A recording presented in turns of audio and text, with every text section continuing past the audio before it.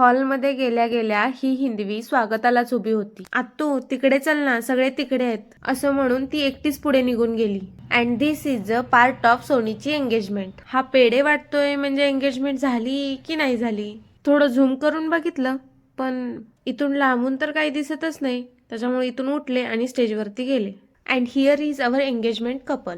तर दुसरीकडे या दोघींची फोटो या विषयावर गंभीर आणि गहन चर्चा चालू होती.